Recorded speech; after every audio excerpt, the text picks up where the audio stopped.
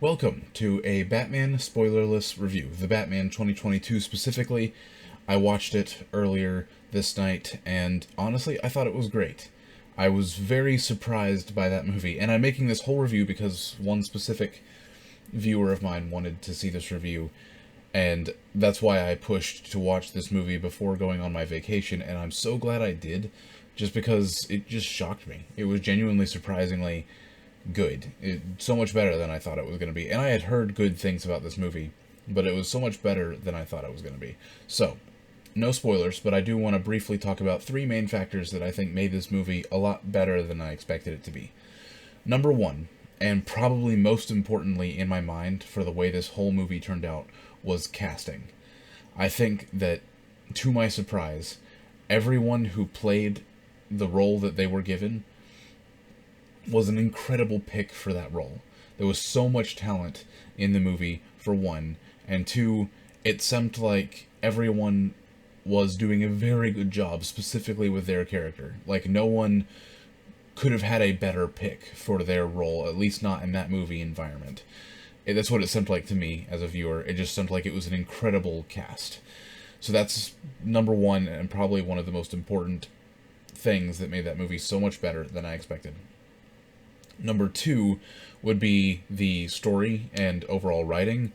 I think the dialogue was really good, again, better than I expected it to be, and I think the story was very interestingly simple, as a story is that's being told to through a movie. You know, it's not going to be an insanely complex story, but it also had a lot of interconnectivity between different things. I don't know. I don't really know how to even say this thinking back on the movie without getting into specifics, but it wasn't a super complex story that requires three movies to tell.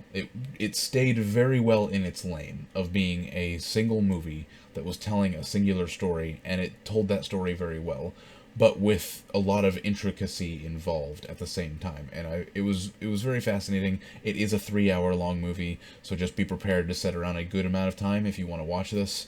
I think it's worth every minute of it, but just so you know, it is a 3-hour long movie. And then number three, kind of tying it all together, is the presentation. There are a few things that aren't perfect. I mean, again, of course, that's always going to be the case, and I'm not saying that this movie is a masterpiece, but I think it is thoroughly entertaining, a very good use of my time to watch it as someone who enjoys good entertainment, good movies, superhero movies, that kind of stuff. It was very good. It was different.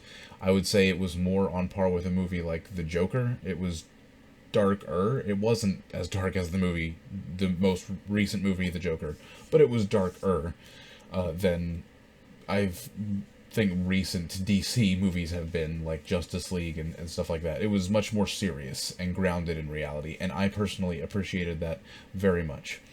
But, I mean, there's this cheesy bit in the beginning, and again, not spoilers, I hope this isn't spoiler territory, but there's just narration that happens in the beginning, which is just really cheesy presentation to me, and kind of cheap presentation to me. So, right off the bat in the movie, it kind of, accidental pun there, but right off the bat, it kind of took me out of the experience because of this narration bit that was happening, but that quickly phased out because it was really only prevalent in the beginning of the movie, and the movie just kind of takes you by storm after that point, again, from my perspective, and that it's very easy to just overlook the little cheesy presentation things that happen a little bit throughout the movie. Again, no masterpiece, and I'm not saying that narration is necessarily a bad thing. It was just pure exposition. There's expository dialogue at certain parts in the movie, which is just kind of, quite frankly, you can tell it's expository dialogue. But I would say for most of the movie, that kind of stuff, like explanations and unveiling the plot, is done very intelligently and is not done through just monotone speaking. That's pretty much all I can say. Without getting into specifics, that is my The Batman 2022, I have to say all that to clarify, movie review without spoilers.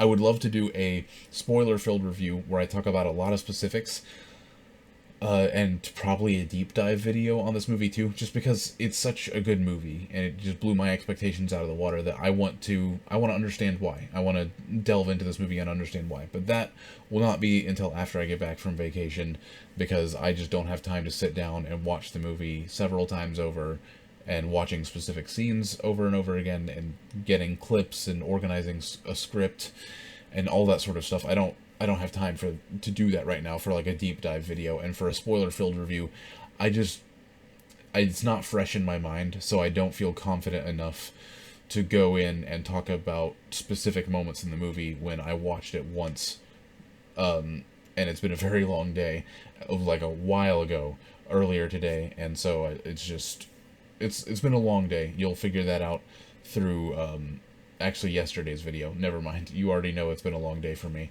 But yeah, anyways, so that's why I'm not doing a spoiler-filled review anytime soon until after the vacation, just because it's not fresh in my mind, and again, I don't have time to go back and rewatch the movie. So that's it. That's all I have for today. Thank you very much for watching, and yeah, I'm going on my vacation, so I will catch you tomorrow with the return of Dead. Oh, and I almost forgot, go do some stuff that makes you uncomfortable, because it'll make you more comfortable in your own shoes.